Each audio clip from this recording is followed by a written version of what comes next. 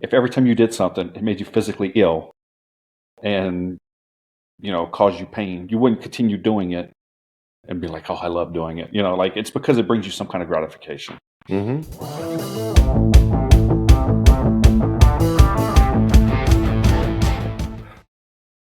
Tanner, how's everything been with you? Been busy. We since we last recorded, we took our kids on a road trip out to California on a 40-foot RV, and got to stop and see a bunch of the sites. Went to Grand Canyon, went through Vail, found a lot of detours that we probably shouldn't had no business going down In a 40-foot camper? in a 40-foot 40-foot RV. Yeah, but no, it was a great experience, and kids had a good time. And biggest regret that I think we have is that we tried to squeeze all of it into 10 days, and we spent so much time on the road.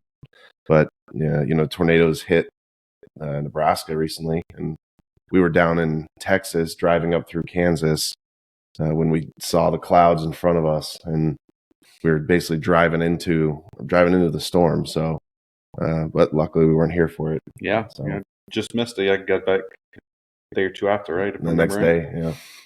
So, and you went to San Diego, correct? Yeah, so my wife graduated from a program out in San Diego, and so we decided it was more economical to drive there than it was to fly. With all of us, 20 kids, 7, we're close, and I mean it was a great decision. I can't tell you how incredible the Grand Canyon was. Like, I honestly could just sit there all day, just read a book and drink coffee until the sun goes down. So, at the Grand Canyon? At the Grand Canyon. It was, it was incredible. But no, it was a really good trip, and we got to spend a lot of time together. So next time, like basically we found a bunch of places around the country because we went to, I think, 10 or 11 different states in the big loop that we did. Mm-hmm. Found a bunch of places that we just want to go spend a week at. So next trip we do, we're going to go spend a week in Moab or go spend a week in Vail, and stuff like that. I think that's the way to do it, is see what you like and then, go macro and then go micro. Yeah, absolutely. Kind of what you did. So yeah, other than that, just, working on getting a couple contracts closed out, and we're doing our first full gut rehab. And so it's like 3,000 square foot house. So you're gutting it. So I say full gut, but I mean, is it all cosmetic or is it? Yeah, it's not a full gut. We've done a couple full gut rehabs on smaller units, but this is our first, complete flip. So, what's your time frame on that? We're giving ourselves 90 days to get it up and sold. So, sold, huh? Yeah. Nice. So I think we can.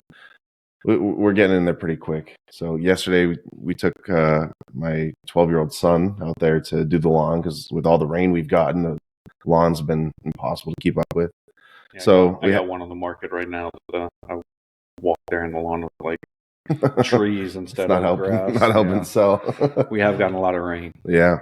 Well, and so we took him out there and had him count out because I told him I'd rent him my lawnmower for $2 an hour, and so he had to do the math for how long he estimated it would take him, and then give me a bid based on how much do you value your time, and okay, $15 an hour, and then got up to 50. I said, okay, but you want a profit margin there too, just in case you go over.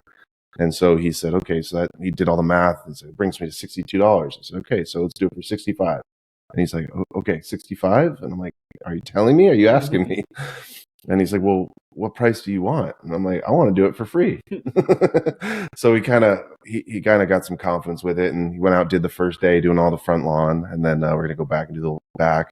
But he's just been tracking his hours and all his materials and everything, and so it's been a good experience. Yeah, we just had, I wasn't here yesterday, but 4 teenage kids, I don't know, Val went to the door, talked to them, but they gave us a bid on doing our yard. Very similar. I think she said they're 14, 15 years old. I assume they live in the neighborhood.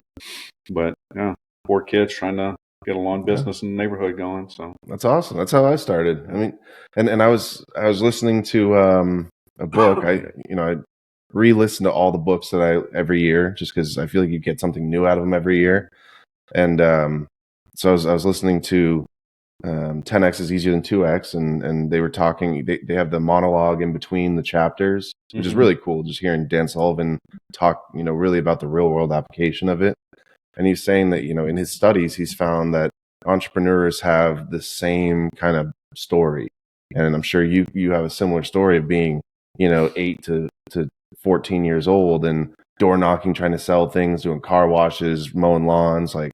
That's all I used to do. I don't know. I was pretty lazy.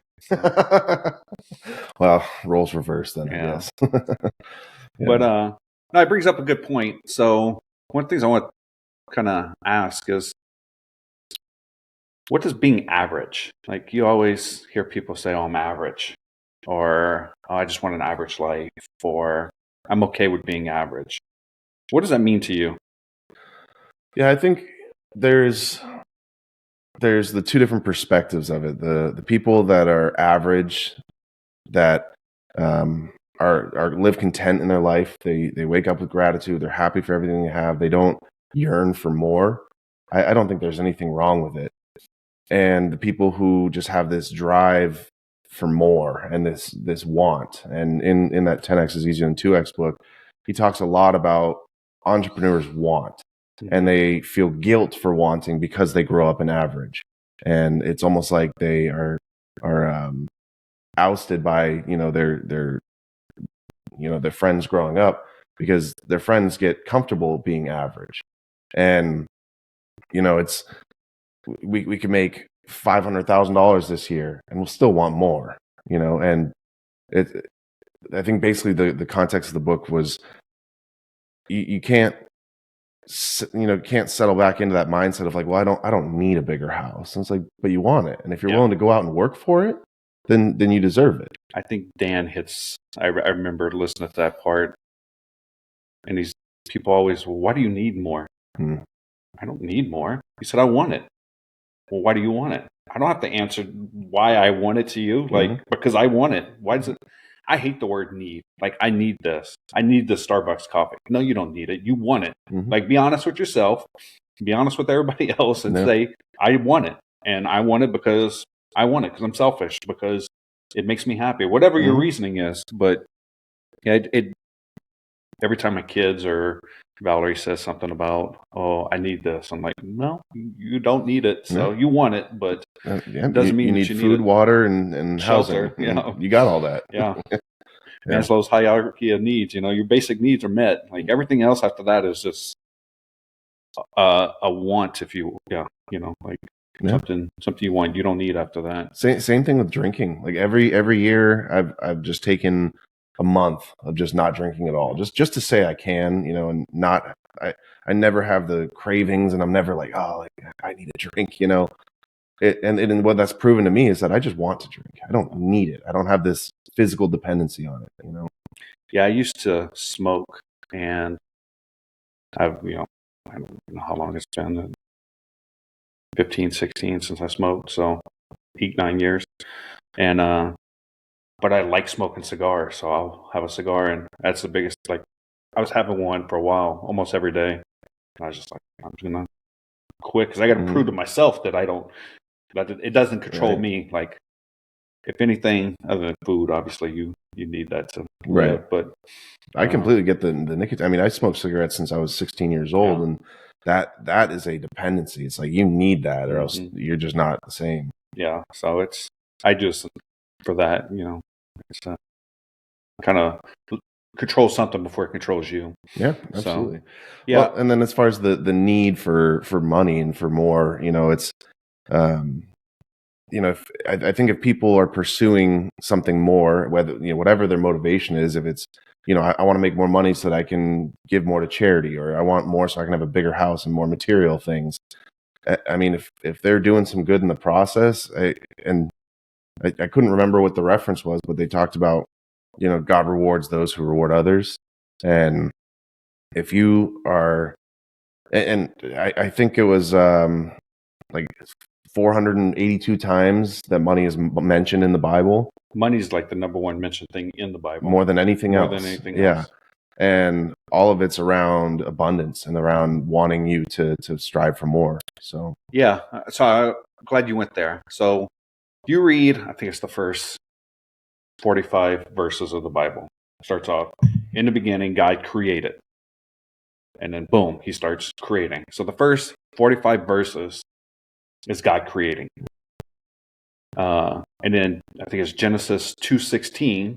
After God created everything, before he created woman, he told man, now go out and work. So I think God set the standard of creating, working, and that's what we are supposed to do as men. And so, like, Valerie and I had this conversation recently, and I'm just like, I have an innate, like, I don't ever plan on retiring. Yeah. Like,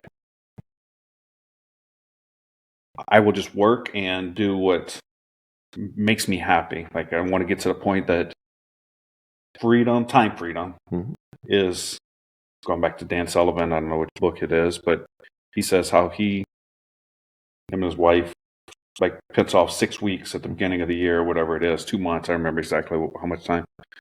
And he plans his year around off time. Like, that's, to me, that's freedom. More than financial freedom, more than anything else. Like,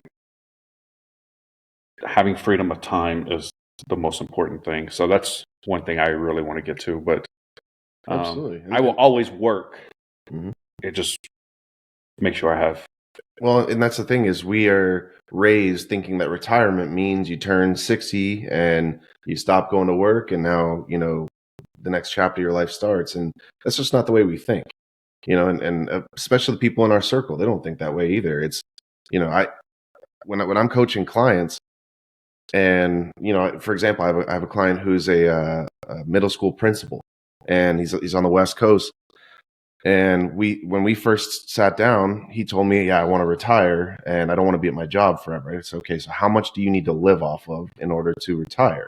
Because, you don't need to have, I mean, if you're living off of $8,000 a month, $15,000 a month, whatever it is, then you can do the math for that. I think the quick math is, if you had $2 million invested into the market, you could live off the dividends. Yeah, I don't. Depends, but they have what they call the 4% rule. So if you pull off 4%, your money should be at $2 million. 4% of that, $80,000 a year. Hopefully, I did the quick math in my head. Yeah, we'll get fact checked up later, but yeah, but and then basically live off from that. And for me, it's real estate. And so I think backwards: how long will it take you to acquire $2 million worth of real estate? And because we use leverage, so you need to every year budget this much, and if every year you're buying another property, leveraging those properties to buy more, and it takes you 5 years to buy those 10 properties, and they're all valued $200,000 a piece, then you spend the next 5 paying them down aggressively, and until they're paid off, and now you just have free cash. Well, not free cash flow, but and so he's at the point right now where he has 5 units, and he's paying down all the debt with the additional income he's getting from his position. So he's living off of a smaller chunk. And for him, that's great. He's going to do it much faster. For us, we don't want our lifestyle to have to wait until we're financially free. So it's kind of the balance there. And my wife and I go back and forth about it all the time, because I'm like, let's eat ramen and we'll invest all our money, Yeah, I think finding your number is important. And what I like about real estate, there's so many different ways to do it. But you can literally buy 15 single-family homes, put them all on 15-year mortgages, pay them off, and buy one a year for 15 years. By the time you buy that 15th one, that first one should be paid off. You can refinance that, get all that money out tax-free, and then live off from that. So in 15 years, theoretically, you could start off when you're 20 years old. Theoretically, buy a house at 20, do an FHA, pay it off in 15 years, and house hack your way to 15 houses in 15 years. And by 35, not have to worry about finances ever again. Yeah, as long as it's a sacrifice, though, because like you said, you're going to have to live below your means to be able to afford a house every year. You're going to have to put all that money, you're going to have to move every year to be able to pay down the loans enough to get somebody else in there. So it's a sacrifice. But I mean, you can buy a 4.2, rent it out with your roommate. You know, get some roommates at 20 years old in college.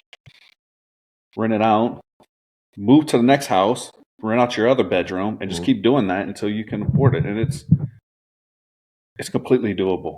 Absolutely. And I mean, depending on where you live in the country, like in Omaha, you know, you would have 15 times 300 average house. You know, you're $4.5 million in real estate owned in 15 years, and all you're doing is just moving every year. So yeah. Well, it's what's the quote of, you know, live now how others won't, so someday you can live how others can't. Yeah, Dave Ramsey says that all the time. Yep. So yeah, and so speaking of Dave Ramsey, I got to venture off on this. I seen a video today with him talking about the opposite of this, talking about you can be financially free by the time you're 35. It was a couple. She was 29. He was 35 or 32. And they were over $800,000 in debt.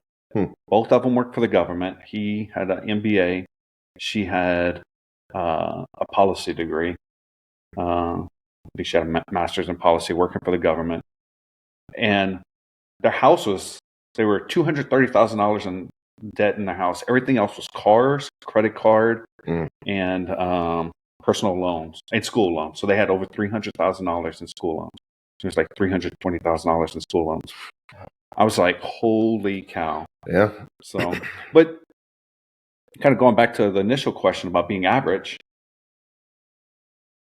that's what the average person is doing today. And we're okay with that. And I guess my biggest issue with being average, so I don't know if you know how much like medical, like you go get your labs drawn and like they check your cholesterol and they have that graph in the middle, or kids with school and they go and they take the test and they're like, oh, you're within the average. Well, if we get 100 people to take a test and we all decide just to bomb it and just do the worst we can, like you can be average and be horrible. Like everything's on a sliding scale. They do the same thing going back to the medical thing. That's how they come up with the average is they average everything out. So everybody's eating McDonald's every day. They're 100 pounds overweight. The cholesterol levels are through the roof. Like average cholesterol is going to be higher. And when you say I'm okay with being average, or I just want to be average, to me that's like based on what? Like where's the scale come from?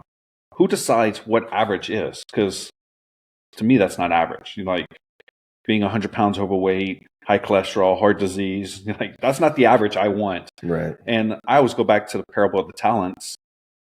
Like God doesn't call you to be average. You know, you're not. That's not. You said the word abundance earlier. Like it's throughout the Bible. Like God wants to bless you. He doesn't want you to have a average marriage. He doesn't want your kids to have average upbringing. And I just think as adults, we settle too quickly on what's average. Like we let society creep into our lives and tell us what we should be or what we can be. And that's not who we're called to be. And you would never tell an 8-year-old kid that wants to be an astronaut, be like, you just look like an average kid. Don't worry about that. Like, but yeah, we tell ourselves that. We tell through our actions. Like, I wouldn't necessarily tell you that, but like through my actions, be like, oh, you know, Tanner, maybe you're shooting a little too high. And then so we just slowly settle down because we don't want to be out the norm, and it doesn't. Absolutely. It doesn't work for me, I guess. Yeah. No, I completely agree. And I think I saw a video recently where they talked about that. Like if your kid had the dreams that you have, would you squash them down? And like, absolutely not. You know, so why are you so quick to squash your own, you know, your own vision, your own desire for more down? And as far as the data stuff goes, I think in a small reading, you know, it's easy to manipulate like that. I believe that on a large enough scale, the numbers will work themselves out. But where you fall in that, like that, when the data subset becomes larger, you can be in a much bigger range of, you know, if we take 100 people and go take an aptitude test, you're going to have a much smaller range. But if you get 10,000 people, there's going to be one who just overly excels and some who just, completely bunk. And that average, like you said, will slide up to be more accurate of the general public. But where's that data set at? And what I mean by that is when we say we just want to be average, we're talking about the people that are around us. Yeah. So, well, then it gets to you are the average of the people you surround yourself with. Was it Tony Robbins or whatever? Mm-hmm. You're the average of the 5 people that you hang around with most. Have you ever seen not the studies, but the tests where I saw a podcast? There was like 8 guys there, and they all wrote down what their annual income was last year. And the host went and looked at it. He averaged out all of his friends. His was exactly the average of everyone that he hangs out with. Yeah, that just blows my mind because there's so much truth to it. And I constantly try and wrap my head around why that is. Like, there has to be more to it.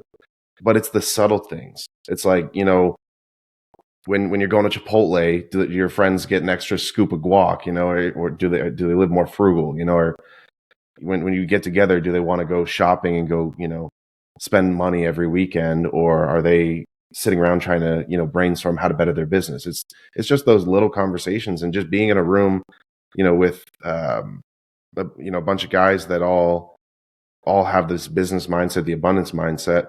They just go through life differently through all the subtle things. And that's what changes. It's not like, if you hang around all doctors, you're going to become a doctor. It's the way of thinking. Yeah.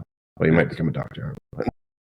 Yeah. I mean, I think if you're especially young, if you're impressionable and you're coming up and your parents are doctors and all they do is hang around with doctors, you might be more apt to become a doctor. Yeah. So. Well, and then the book I listened to a couple of days ago was Millionaire Next Door, and their studies of children of the affluent is so crazy to me. And how typically the entrepreneurial mindset will skip generations. Mm-hmm. There'll be a generation in between, and I can't remember who said this one, but it was what was it? My great grandfather was walking, and then my grandfather rode the bus. My dad had a car, or my dad had a Camry. I drive a Lexus. My kid's gonna drive a Mercedes.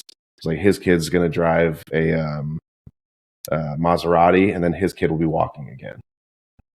And I forgot the statistics, but there was a study done, and it's like by the 3rd or 4th generation, like immigrants come into America. They're first generation, they just get here, they survive a lot of time. Mm-hmm. Their children do really well, and then it's like 3 generations after that, kind of gone. What you're saying, it just slowly deteriorates, and then they have to do it again. Have you seen the speaking event with Patrick Bet-David talking about Barron Trump? So I know he's hung out with Barron recently. I've seen a couple of things there. Well, so he said that he went up to Barron, Barron Trump's penthouse, and met with him. He's 18 now, and he's just like 6'6", poised, put together. And when they were done with their meeting, Barron said, "Oh, let me walk you out," and walked him out to the car, opened the car door for him, and whatever. And he was like, "You're Barron Trump. Like, what are you doing?" And Barron said something along the lines of, everything that I have is because my dad had to work hard for it. And he's like, I've never had to work hard in my life. And he's like, so I will never stop doing these kinds of things. Like that right there is like that incredible. Like, that gave me chills, Yeah. It's people like to gawk at the rich kid, the trust fund kid, whatever. But to be raised with those, principles and that level of, I'd say probably, 9 times out of 10, the rich kid is we see him in Millard all the time, drive around in daddy's sports car and spoiled, and no respect for authority, but just to see someone growing up that way is like incredible. Yeah, it's be interesting to see where he goes. I saw he just entered politics. Really? This last week or something. Oh. What's he going to be? He's doing something like for the local community. Well, it's like the Florida or Republican committee or something like that. Like entry level type. Well, I guess probably not entry level, but it's entry level for him. Yeah. So it'll be interesting to see No. how this keeps going and plays out, I guess. Yeah. Well, and so as far as being average, I think even in those groups where let's say that we take the subset of a room full of successful entrepreneurs. To me, I think of Fun Launch. Like I went to Fun Launch. There's 2,500 people in that room. I was far below the average as far as competency, net worth, annual income in that room. And so I get this competitive spirit to want to do bigger things. And I came back from that just thinking, I need to go bigger and I need to take down bigger deals and create more value to people. And so I think in that sense, I realized that I was below the average, and it made me, it almost set the expectation that I'm supposed to be up here because I changed the environment. And so, they, in the W-2 culture, they say, you shouldn't stay at a position for more than 2 to 3 years. You should be constantly looking for the next one because you get this complacency where then you become stagnant. And I think the same is true for us in entrepreneurship, but we have trouble knowing where that next room is, and if you're always trying to level up, and we are naturally competitive people. So, when you're in a room with people who are all doing much bigger things, it's not in our nature to just be like, oh, I'll never be there. You always have those doubts, because I can't remember who said it. We need to start getting better with our quotes because we never remember who said it. But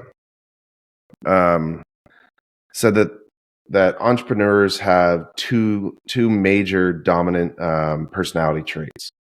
They are inherently egotistical, thinking that they're better than everyone else, while at the same time having imposter syndrome, always feeling like they don't belong. And those two presences are always battling with each other. I don't know if I go as far as saying better than, but I see his point. Yeah, because I do run the thought time and time again, well, he can do it, I know I can. Or she can do it. If she did it, I know I can. Yep. Some of the things I just don't want to do. So that's a whole different conversation of itself. But yeah, I think a lot of times people look up to these gurus as the outliers. Like, oh, they're not average. They're this crazy outlier, and that's not necessarily like Damon John from FUBU. Like he's on Shark Tank now. Like dyslexic, said he can't read. Says he's never read a book in his life just because he physically can't. Yet he's multimillionaire, billionaire. I don't know where he's at net worth, but it's a guy that can't read because of how severe his dyslexia is. Patrick Davis, who you brought up, he said he graduated like a 1 point something GPA. Had to go to the Army because he couldn't do anything else. Now he's what's that say about the Army? But now he's worth $500 million. There's it comes down to mentality and want and desire more than anything. Actually, going back to Patrick PBD, I listened to his book, Next 5 Moves. His first one. He's got a second one out now, just recently. And in it, I had the audio. He references back to his website, and there's like a personality test, like it's like a drive test thing. And he says it in his books, like not everybody has the same drive and desires. Like his is off the chain. Like he wants to. If he was born in America, he would be running for president. There's no doubt in my mind about that. Like that's just his personality. Yeah. But then there's other people that are perfectly content, with a $65,000 retirement check and volunteering at their library and their school, or the local school, whatever it is. And it's just, both are successful, both of doing what they want to do. And I think that's a lot of times we look at success as on a, oh, he's multimillionaire, so he's successful. That doesn't I think there's a difference between being average and settling for average, and settling for what truly brings you energy. And I think there's a keeping up to the Joneses aspect to it. At any stage, if someone's makes $60,000 a year, lives happily, takes their wife out on dates, and their kids are feel loved, and they're giving, they found peace. And I'm not saying that they need that. No, you need to make $300,000 a year. It's like Grant Cardone said something like, if you're not making $600,000 a year, you failed as a man. And we've talked about that a couple times before. But I don't scoff at people who found happiness in where they're at, because they don't need the desire for more. But I think at any level, there is still a desire for more, whether you want it or not. And in the book, they were talking about the people who they drive a minivan, and they have the money to be able to upgrade cars, but they want to drive the minivan. And it's like, you're doing that for a reason. What is that? Like, when you get into it, well, it's because they don't want to stand out amongst their peers as being the one who drives the Mercedes. And it's like, so you still have the same functional desire that someone who wants more does, but you want more status amongst your peers. That is the same thing as wanting more money. And I don't think people really realize that. Like, oh no, I don't need all that. I have a Timex, and I whatever. And okay, but why are everything that you just listed, why is that important to you? Because your ego wants to be the most average amongst your friends. You bring up a really good point. So going back to what you're saying about Dan Sullivan and wanting and all that stuff, need versus want. Why do people give money to charity? Most of the time, I would say 99.99% of the time, it's not because they necessarily want to give the money to charity. It's because they get something in return. They feel good about themselves. They can brag to their friends.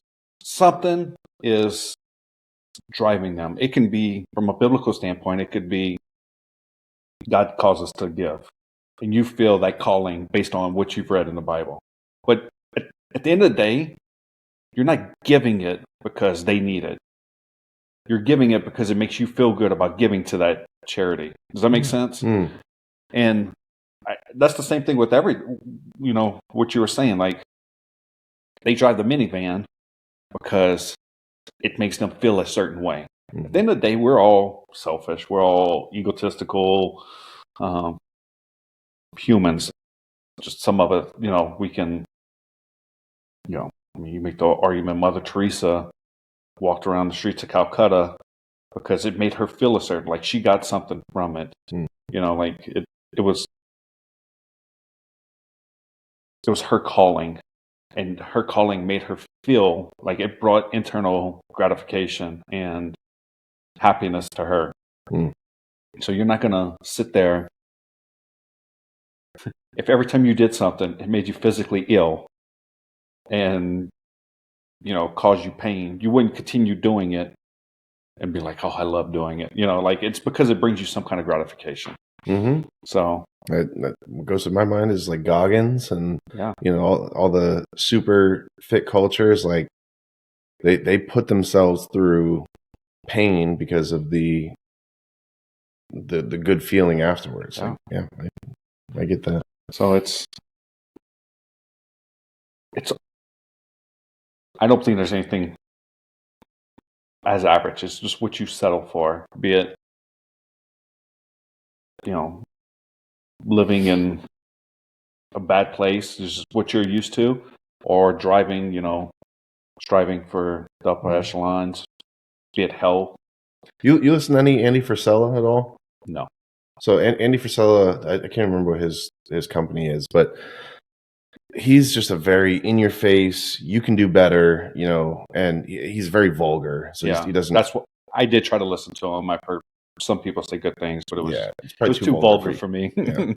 Yeah, he's very intense, and you know, I've gone back and forth listening to him, you know, in chunks, but I do really like what his message is, because people grow up, you know, thinking that they have to be the average, and you know, it's if you're not always chasing that next milestone, whether that next milestone's a promotion, like obviously the military is most relatable, where they have you by this carrot all the time.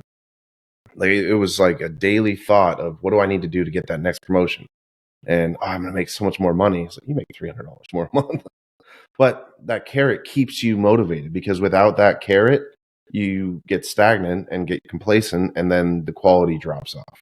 So they keep you wanting more, keep you striving for better. But it's much more difficult to do in the, you know, on the civilian side, because yeah, I mean, there's still all the promotions, whatever, the next job opportunity. But you know, if you're what we get back to the original conversation, like what is average? If you're striving to be average, you're still pursuing something, then it means you still have more to go. But I don't think I'll ever stop striving for more. You know, because once you break through that ceiling, you know, if you're in a room where the wealthiest person in the room made $1 million, you break through that ceiling and you realize the next room, the wealthiest person made $50 million.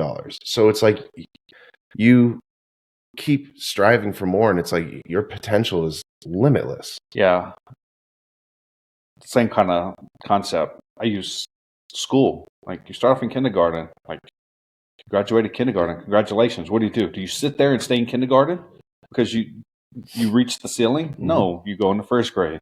You know, same thing. You know, you finished high school. Okay, now what? You go to college, or you know, you or join the workforce, or but you're pursuing some kind of education. Like you start off as a entry level data analyst for, you know, company. I'm just making up something. Like, is that where you're making $18 an hour? Is that where you want to stay, or do you try to pursue more? And we get in jobs and we get in places and we're like, oh, I'm good. But then the same token, you start off with that $18 and then you don't get a raise next year.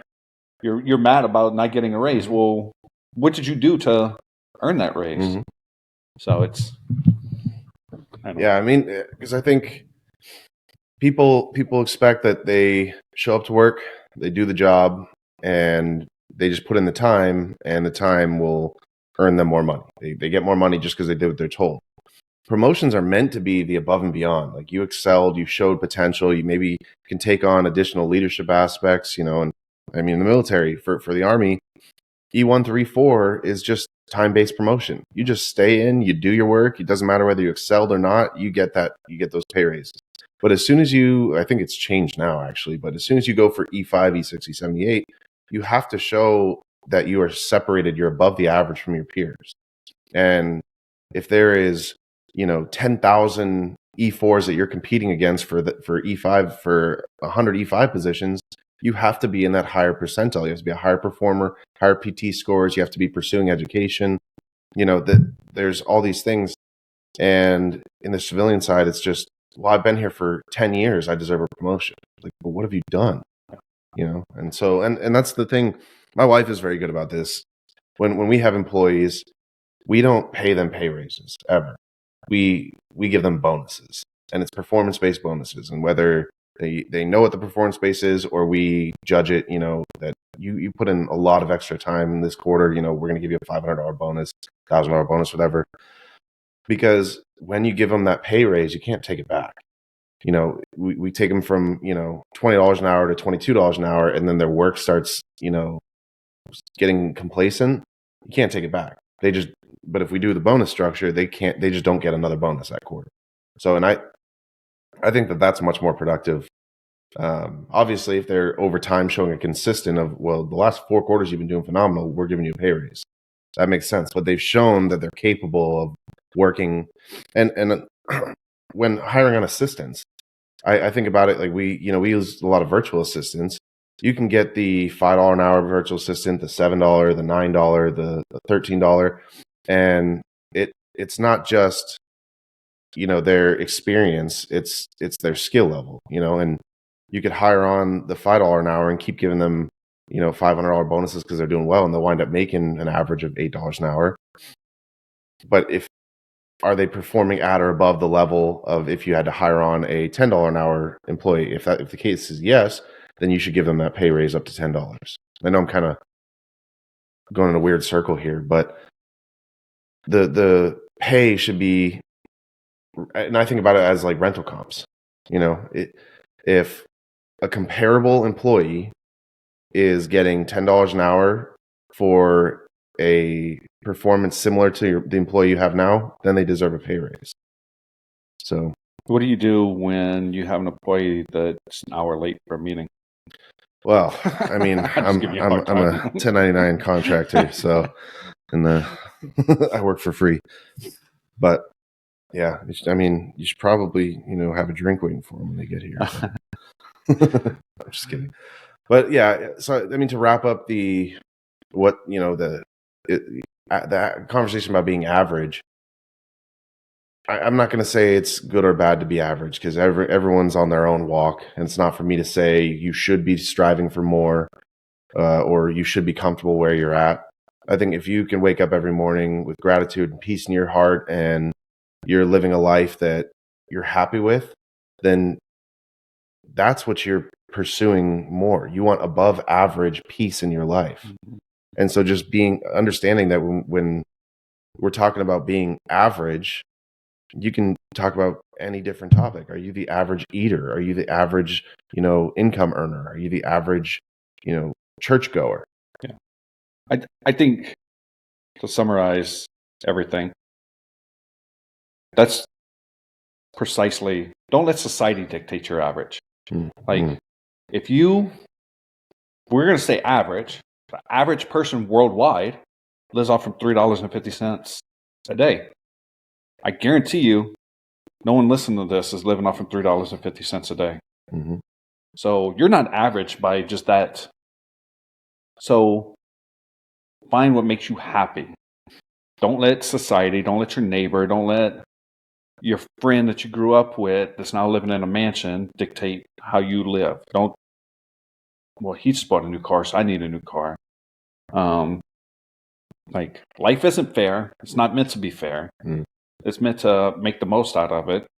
Do your best, provide value to people, and find your average, and strive to be better. Yeah, and I think that typically when people have the conversation about being average and where they should be, you look at them compared to ultra successful, ultra wealthy, but they have the same 24 hours in a day. Elon Musk doesn't have any more time in his day than I do. So, and I, he is an absolute.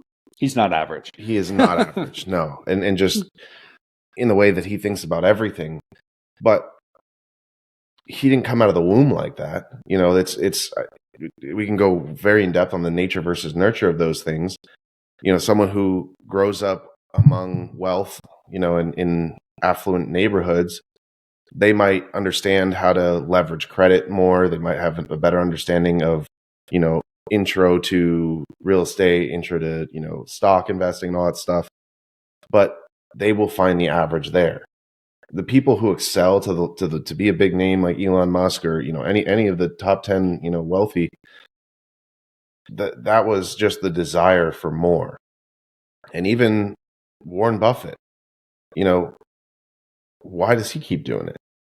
Because he wants to service more of his investors. He wants to serve people more.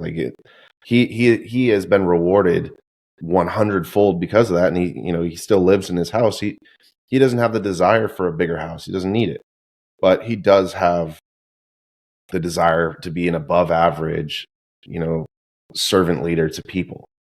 And so I think in any aspect of your life, you are striving to be above average, even if you're trying to be the above average person.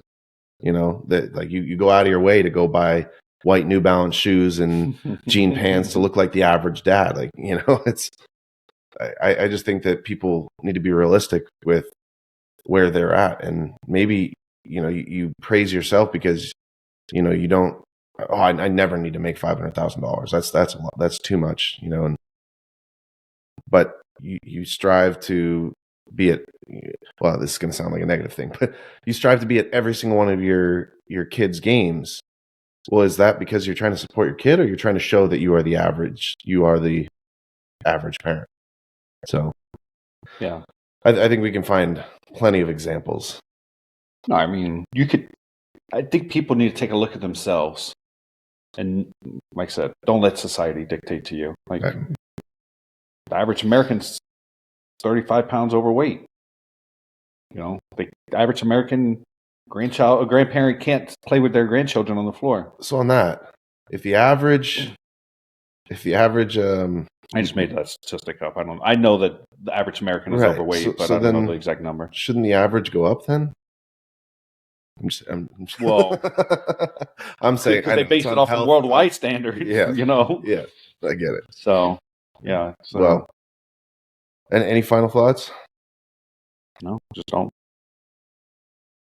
Find your average, I guess, would be my, find what makes you happy, what makes you tick. And don't let your neighbor, don't let society, don't let Instagram, don't let YouTube or two idiots on a podcast tell you what your average should be. Absolutely. So, yeah. Well, I think for me, going on this road trip, the most memorable piece of it was sitting in the Grand Canyon, and just looking out at how absolutely massive it is. And it's like where you can see the atmosphere, over the mountains or over the cliffs. And I don't know, it's just thinking that the world is so much bigger than Omaha, Nebraska, or so much bigger than my problems today. We have issues with rental properties. It's not a big deal, and I think just being able to take that moment to just soak it all in and realize how vast the world really is. It's like standing at the top of the Grand Canyon. It feels like I don't know. I'm touching this. I'm a part of this right now, and I've had trouble putting it into words because it just had such a big impact on me. And so I just think that having those experiences kind of remind you to think bigger and achieve more and push your potential no matter what it is. And if you're going to be the average person, be the best average person you can be. Yeah, I agree. Be the average that you want to be, not what society dictates, I think would be. I think that was the best quote. So, cool. All right. Until next time.